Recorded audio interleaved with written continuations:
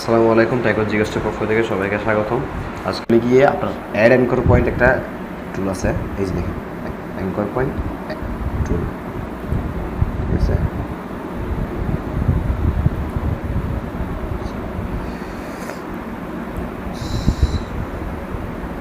আচ্ছা, এই যে সরি, এটা সিসিতে এইভাবে নাই, অ্যাড অ্যাঙ্কর পয়েন্ট একসাথে নাই, অ্যাড হয়েছে এটা ইলাস্ট্রেটর সিসি। আমি যেটা রেগুলার ইউজ করি এটা ইলাস্ট্রেটর C6, ওইখানে প্যান্ট্রোলের মধ্যেই অ্যাড অ্যাঙ্কর পয়েন্ট আছে, এখানে অ্যাঙ্কর পয়েন্টটা আলাদা। যাই হোক, আমি অ্যাড অ্যাঙ্কর পয়েন্টটা ক্লিক করে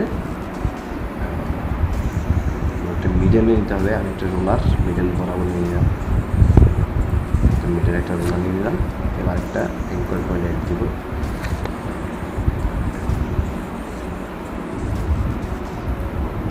অ্যাঙ্কর পয়েন্ট অ্যাড করলাম, অ্যাড করে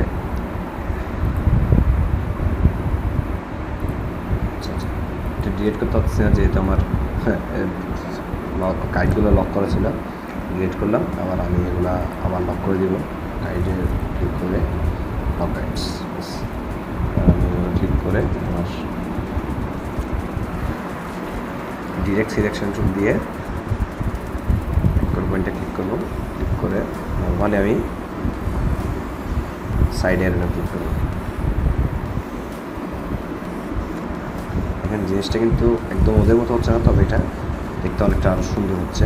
চাইলে ওদের মতোই করতে পারি, এভাবে যদি আপনি ইয়া করে দেন ওদের মতোই হয়ে যাবে, বাট আমি এভাবে করবো না। আমি এই শেপটাকে এভাবে রাখবো, এভাবে দেখতে সুন্দর লাগতেছে আমার।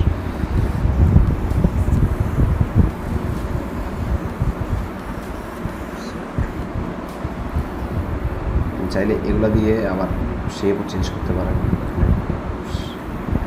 করবো না। আমি এটাতে অনেক ভালো লাগতেছে আমার। এখানে এলাম এভাবে নিয়ে জায়গাতে একটু কিছুটা ইয়া করবো, সিলেক্ট করে একটু বাড়াবো, স্পেসটা একটু বাড়াবো, এখন ভালো লাগতেছে।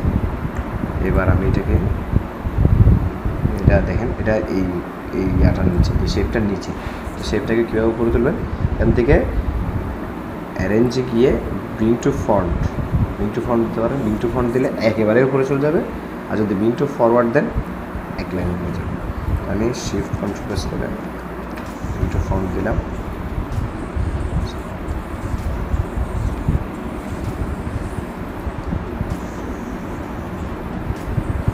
এই জায়গায় রাখলাম আমি এইভাবে। আমার এই কালারটা একটু চেঞ্জের প্রয়োজন আছে।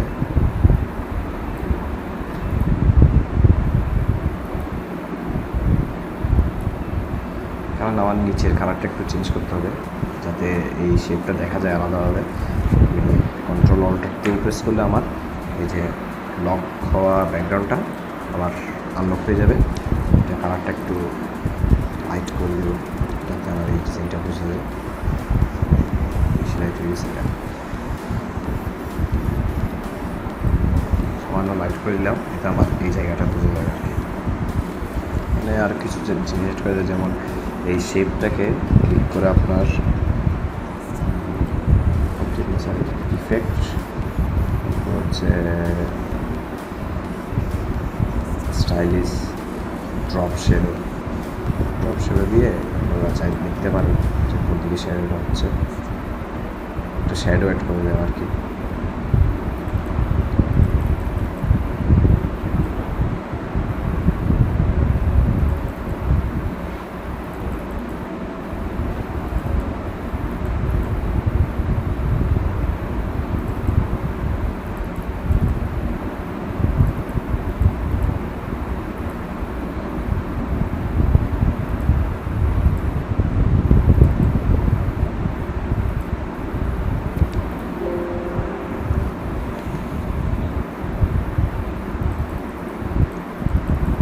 এটা একটু কমাই দিব আমি। দেখেন এখানে শ্যাডোটার জন্য এটা আলাদাভাবে বোঝা যাচ্ছে যে এখানে একটা শেপ আছে, ঠিক আছে। শ্যাডোটা একটু ক্রিয়েট করে আমি একটু দিব, আবার দিব স্টাইলিশ ড্রপ শ্যাডো। কালারটা আমি একদম সামান্য চেঞ্জ করব। দেখেন জিনিসটা দেখতেও সুন্দর লাগবে।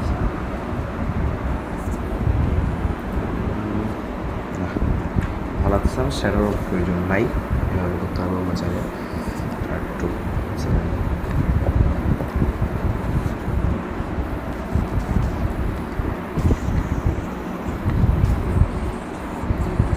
কর্নার সাথে মিলাই নিলাম এই জিনিসটা, আরও ভালো হয় যদি একটু রাউন্ড করে দিই, দেখতে আর সুন্দর লাগতেছে, যেহেতু এই জিনিসটাও রাউন্ড করা, এইটাও রাউন্ড করে দিলাম একটু, এবার আরও ভালো লাগতেছে দেখতে। এখানে আমার ওনার নামটা বসবে সামনে একটু,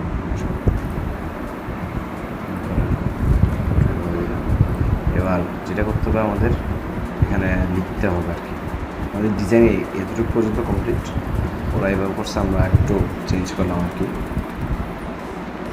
ওরা এখানে দেখেন নাম দিছে, নাম দিয়ে কো-ফাউন্ডার দিছে, আমরা দিব, তবে এই জিনিসটা না দিয়ে এখানে আমরা লোগোটা বসাবো। লোগোটা এরা যেভাবে বানাইছে এভাবে একদম নর্মালি বানাই দেবো।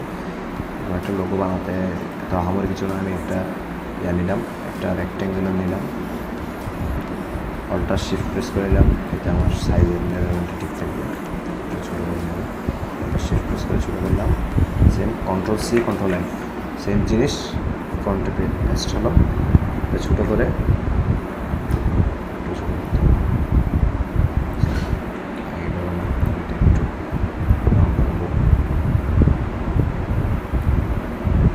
কন্ট্রোল-C কন্ট্রোল-F ফ্রন্টে পেস্ট করলাম, কন্ট্রোল-C দিয়ে কপি, কন্ট্রোল-F মানে ফ্রন্টে পেস্ট, একটু ছোটো করলাম, এটা একসাথে সিলেক্ট করে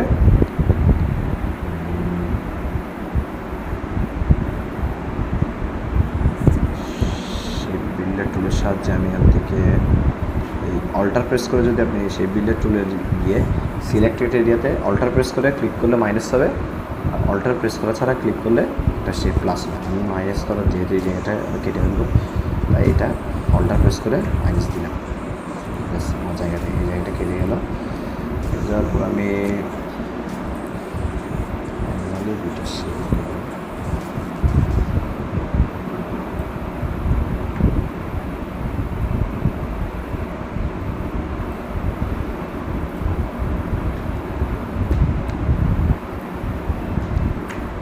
প্রেস করে আমি একটু মুভ করলাম, এটা এবার এইটাকে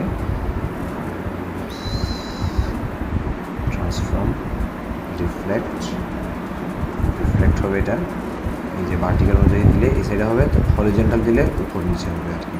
এর ভার্টিক্যালে দিলাম যেহেতু আমার এই সাইডে প্রয়োজন, কপি দিলাম, প্লাস ঠিক আছে। এবার আমি এটাকে মেজারমেন্ট অনুযায়ী বসাই,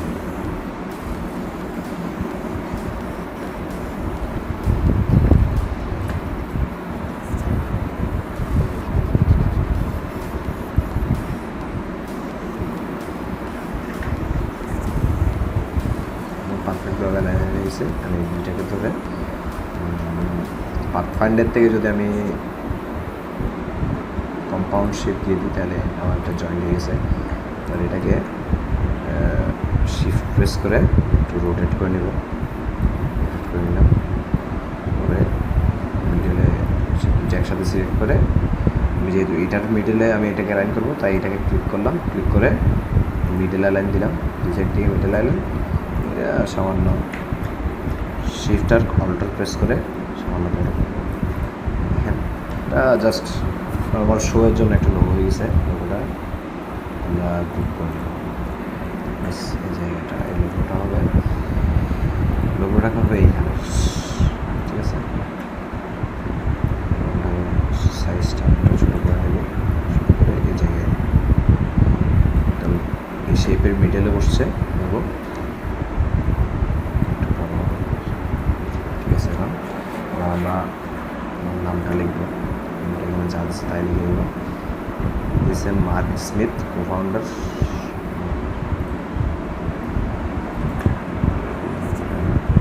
টেক্সট টুলে গেলাম,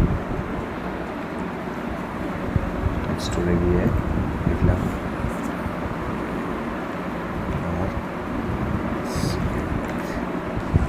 আর আমাদের বিজনেস কার্ডে খুব একটা স্টাইলিশ ফন্ট ইউজ করে না, এখানে মিডিয়া প্রো আছে, মিডিয়া প্রোয়ে থাক। তো আমি এটাকে ক্যাপস লক দিয়ে দিতে হবে।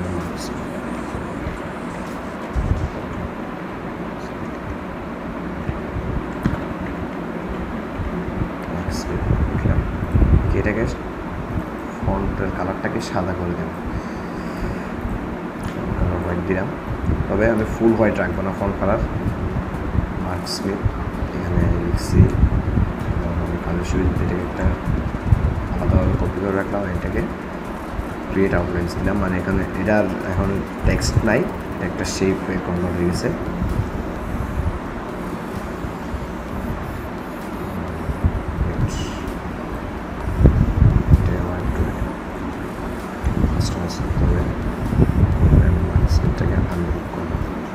প্রতিটা ওয়ার্ড কিন্তু এখন আলাদা আলাদা হয়ে গেছে। স্পিড টিকাটাকে আমি সিলেক্ট করে কালার দিলাম এইটা, সুন্দর সিলেকশন সিলেক্ট করে কন্ট্রোল জি দিয়ে গ্রুপ করলাম। হ্যাঁ, জি দিয়ে গ্রুপ করে এই লোগোর মিডিয়া লাইন বরাবর বসালাম, জাস্ট একটু ছোট করে দিব।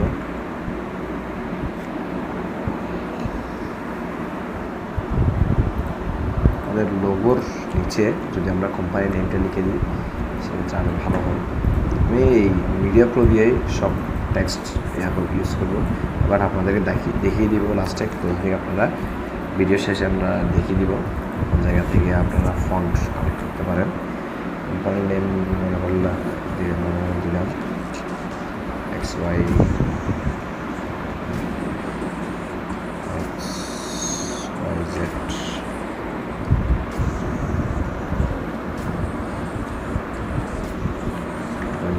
XYZ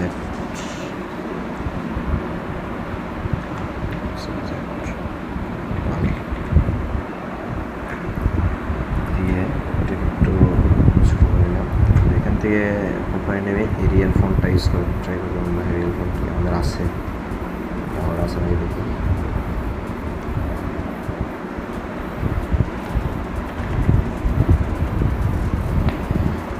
ফন্ট আছে আমার রিয়েল ন্যারো। কোম্পানির নামটা একটু ন্যারো করে দেওয়া ভালো।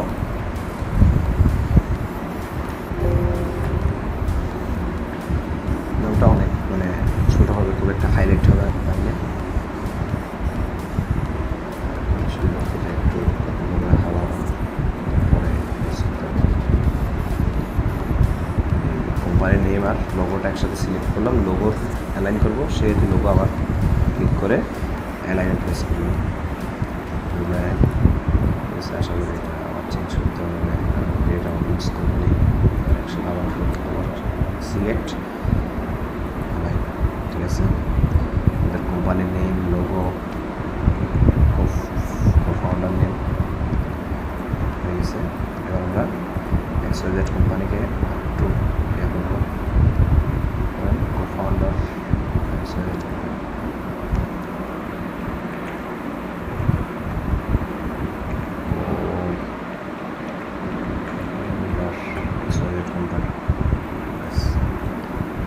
XYZ company. এখানে এটাকে আমরা ক্রিয়েট আউটলাইন্স দিলাম, গ্রুপ করলাম। XYZ কোম্পানিটা এখানে এই কালারে রাখবো, এই যে প্রাইমারি কালারটা রাখবো। সবগুলো একসাথে সিলেক্ট করে কন্ট্রোল জি দিয়ে